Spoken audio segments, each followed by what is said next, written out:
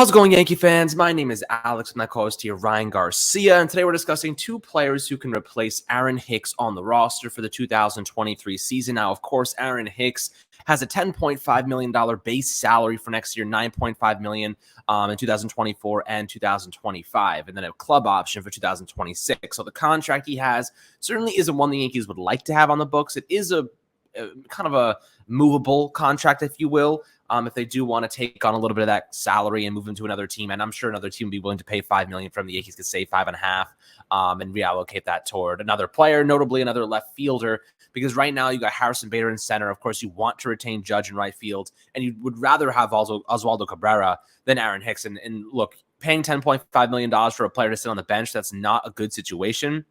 At the very least, he's healthy and playing, or at least available, because, we've seen in the past the Yankees have signed guys to big deals and they just haven't even been healthy, notably Jacoby Ellsbury. But there are two guys that Ryan and I have discussed in the most recent past, one of them very specifically out of Japan, who could fit the bill nicely in left field and really just kind of take on that role as an everyday outfielder, whereas, Aaron Hicks has kind of fallen off. He hasn't hit double-digit homers since 2019 when he only hit 12.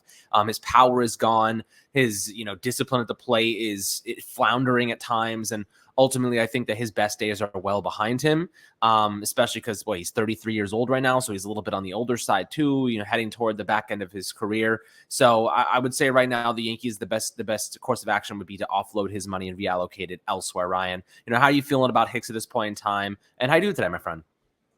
Yeah, so I'm doing great. It's we're in the off season, and as disappointing as it is to not have Yankee baseball, there is an exciting factor to the idea of changes for the team in the off season. Whether people are confident in the changes being ones they want or not, it doesn't really matter to me. I just like the all the news and all that stuff.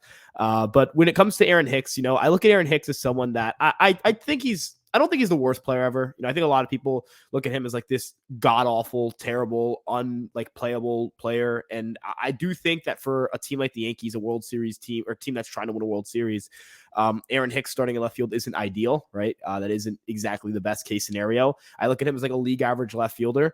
And a league average position player isn't necessarily the worst thing in the world, but it's also something that you can improve on. The Yankees attempted to improve on him with Benintendi. I think that it would have been much more successful had he not had that, hamate bone injury. I really do think the idea of getting Benintendi was a good thing. And then as for Cabrera, when they put him in left field, I like Cabrera, but I don't like him being just my starting left fielder. I think that limits severely what Cabrera can provide to you and what he provides to your roster. And also, I think that's a position he probably plays the least well out of the ones we've seen him play, just based on the small sample, looking at how he takes jumps, looking at some of the plays he made. I think left field his least impressive defensive position.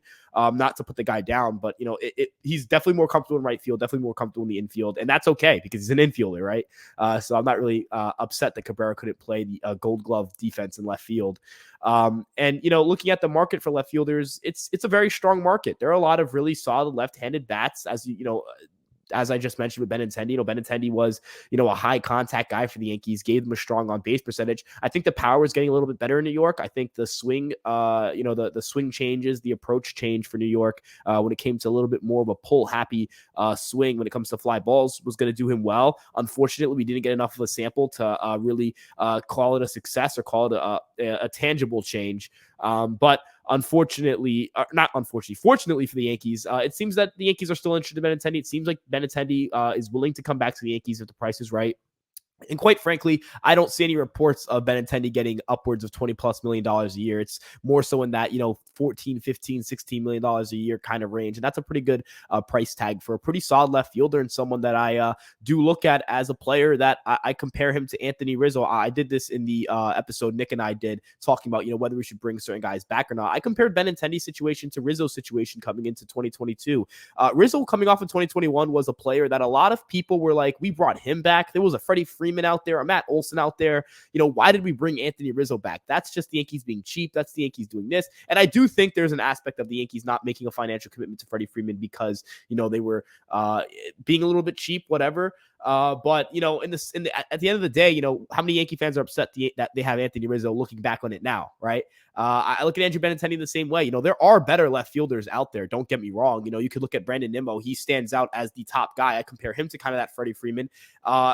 And Benintendi is clearly worse than Nimmo, but I wouldn't be upset if the Yankees bring back Benintendi. I think that if they do, that's because they see something in him upside wise that I can't really argue against. You can't really argue against a good hit tool, league average power that could translate even better at Yankee Stadium. I look at Benintendi, I say, look, he's not a star player, but he's going to come at a controlled price, and he's pretty young, and you'll have him for his late 20s and early 30s at the latest. It seems like a pretty good idea if the Yankees do want to bring him back, and if the alternatives on the market aren't, the price is a little too high or it's not really working out for them. I don't see Benintendi as a bad player to bring back or as a cop-out or a cheap bring back. I look at him as a good baseball player that the Yankees will bring back if they want to because he's good at baseball and he helps this team. Yeah, I completely agree. Benintendi is a pretty solid player, especially because he has a lot of postseason experience too. Some of the Yankees, don't have at a lot of different spots. But Benintendi, he was pretty good this past year. His numbers kind of declined once he joined the Yankees. Overall, hit 304 with a 37.3% on base rate. Hit 5 homers and 51 RBIs, but hit 17 homers in 2021. So you're looking at a player who took a little bit of a reduction in the power department, but he's capable. He's more than capable. Historically, in the postseason specifically, hits 272 with a 32% on base rate. Has 2 homers and 9 RBIs over 21 games. But, this is a player with experience there. He's a solid defensive player. It seemed like he was getting along with the clubhouse pretty well and his teammates. So, I just wonder what his price tag would be. Are you looking to maybe go for, do you think he's looking for years? Or are you looking maybe like a 2-year, $30 million deal, maybe with a club option for the 3rd season? Like, what are you thinking in terms of a potential contract that might fit him? I think he might go with the financial security of, hey, you know what? I can go out and get like 4 years because I'm 28, right? And I can get, yes, it's $15 million a year, which isn't elite, but is Benintendi really going to put up a season that would warrant him getting like $20+ million a year? I don't really know. I don't think that's in his cards. I mean, look at left field contract, or just corner outfield contracts in recent memory. You don't really, Nimmo is a guy that we're looking at as the top option outside of Judge in the outfield market, and he's not going to get much higher than maybe $24 million a year, and he just came off of a 5-WAR season. Are we going to see Andrew Benintendi put up a 5-WAR season? And Nimmo's also a center fielder, not just a left fielder, right? I don't see it. So I do think if you look at Nimmo and say, hey, here's 3 years, $50 million a year, and we'll give you a 4th year option, or, you can opt out, whatever it may be. I think he'd take it. I think he would take that financial security. That's generational wealth right there. That's what, $50 million a year. That's quite a lot of money. That's $45 million guaranteed, and a 4th year where if you're not playing too well, if you're kind of playing right at that market value, or you want to opt out, you're going to be 31 years old with an opportunity to maybe re-up that, get another 3-year deal at $16 million a year. You've just netted, about $80 million, $90 million out of your free agencies. And again, 3 years, you come back into the free agent market at 34, right? Maybe get another 1 or 2 year deal, right? Benintendi's a guy who is young. He can control his own market in terms of the years. I think he'd like to hit free agency a couple more times just to, kind of hit free agency as money, inflates, as luxury tax payrolls go up. A 3-year deal, I think, just makes the most sense for both parties here. I can see them doing that, and I think that would be something that the Yankees might be interested in doing. You lock that down. If you can manage to move Aaron Hicks, it makes the financial allocations a little bit less because, as I said before, Aaron Hicks has 3 years left on his deal, so maybe you'd literally just take that money, and you can even take half of it and say, let's reallocate it to Benintendi or another player we're going to talk about in a second, and it doesn't seem as bad, right? It doesn't seem as strenuous because you also have Cabrera in the outfield. You have some nice prospects coming through the system. But the other player to discuss here is Masataka Yoshida. We've discussed him pretty heavily over the past couple of days and weeks. But Masataka is a really, really good player. He's similar to Benintendi in the sense that he gets on base. He's a high contact type of guy. He's a lefty hitter, but he's got more power, right? Yoshida has probably more offensive upside than Benintendi. I'd say Benintendi is probably a better defender. As you kind of alluded to in our specific podcast about Yoshida, but looking at Masataka, his numbers last year with the Oryx Buffaloes are pretty phenomenal. Hit 335 with almost a 45% on base rate. Like, think about that. Judge got on base at 42.5%. I've never seen anyone get on base more than that in my life. And Masataka is at 45%. Again, it's in the Japanese National League, so you're looking at a big difference in quality in terms of overall talent. But even if he lands at like 37, 38%, that's a ridiculous number. Right. Isn't there some crazy stat where he walked more than he struck out, Ryan? Oh, yeah. He walked almost twice as much as he struck out. His plate discipline is through the roof. He's a guy that I absolutely love. And I want to clarify, I do like Benintendi as well, but I look at Yoshida as the Yankees have to explore Yoshida before they go to sign Benintendi. I mentioned that it's just as important that the Yankees sign Benintendi as how they get to Benintendi. They can't just go on and say, okay, we're signing Benintendi without exploring the other options. I think Yoshida has to come off the market before they sign Benintendi, because his hit tool's through the roof, right? A 70 grade hit tool according to Fangraphs, right? For context, there are not many prospects that have a 70 grade hit tool. That's elite stuff right there. That's the type of that's the type of hit tool that the Yankees are looking for. That's the type of stuff that you look for from a guy that is going to be at the top of your lineup. There's not a single prospect, according to Fangraphs, that has a 70 grade hit tool right now. No, not a single prospect. And in terms of bat control, he was great at an 80 grade bat control. There is, again, not a single prospect in baseball with an 80 grade bat control. So he's got contact skills that, quite frankly, are going to translate very well to the major league level. As you mentioned, he walks more than he strikes out. He walks almost twice as much as he strikes out, right?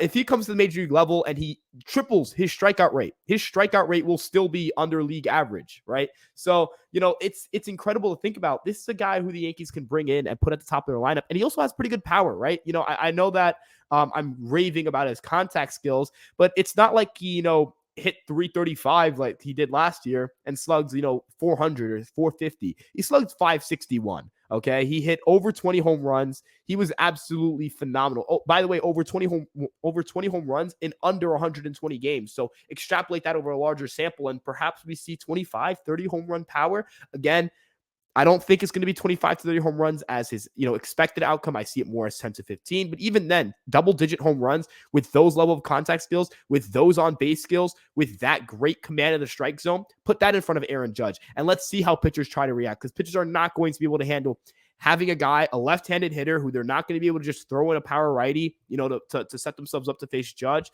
If you bring back Rizzo, you have Yoshida, Judge, Rizzo, Stanton. That top four is absolutely dominant, right? You have the requisite contact skills from the left-handed side in your two left-handed hitters, and then your big power guys who have whiff issues are Judge and Stanton, but they're Judge and Stanton. They hammer the baseball. They are generational power hitters. So I look at Yoshida and I say, if I could handpick a left fielder, if I could handpick a leadoff hitter for this team, I would pick Yoshida. And it's not just because I like him. It's because everything about his profile, that's exactly what I think the Yankees need at the top of their lineup.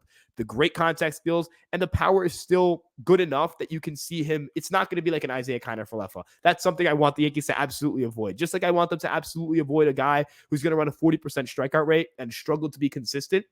I don't want them just going out and getting a guy who sells out for contact. He doesn't sell out for contact. He just has naturally great contact skills, and he's got great power, and he's probably going to be able to poke some over the short porch and hit a little bit better than what his, shorter frame, not huge, not a bulky guy suggests. So I love him. I think he's a great fit for this team, and I really do think the Yankees should go out and explore getting him.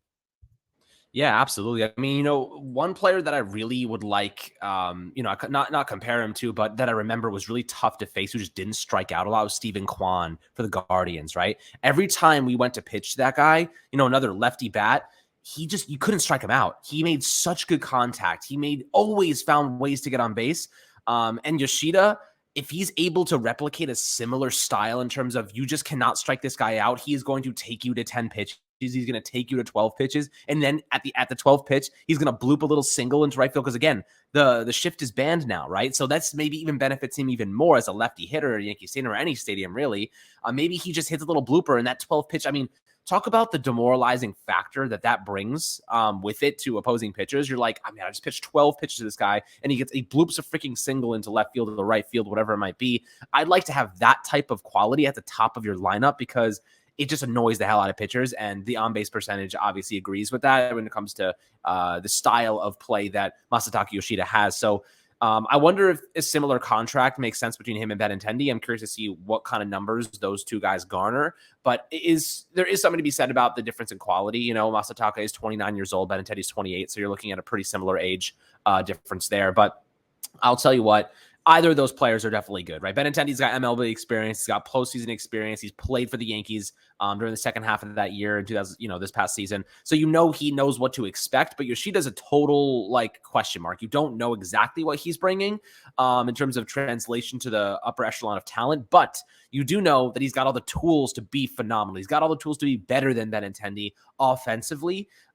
specifically when it comes to being just patient and just really making just ridiculous amounts of contact and good contact. This isn't IKF weak ground ball contact. This is legitimate spray the ball all across the field type of contact, which is definitely something to be said. So I'm curious to see how the Yankees go about filling this left field spot. If they ended up just starting Oswaldo Cabrera there, so be it. That's a good problem to have, that you have a really nice young player who can play that position, but I think they want to utilize him as this super utility guy who can just kind of mitigate fatigue the entire season for all of these players, which I think is a great scenario as well. So I'd love to hear your perspectives below on Yoshida, on Andrew Benintendi. Who would you prefer of those two guys? Definitely an intriguing conversation. I think both of them offer similar but vastly different qualities to this Yankee team who could use another really just stout contact hitter who gets on base, not one that, makes a lot of contact like IKF, but only gets on base at 31%. So you need someone a little bit better than that, and a little bit more efficient. So always happy to hear your perspectives and opinions below. Make sure to like and subscribe as always, my friends. We'll catch you guys on the next Fireside Yankees episode.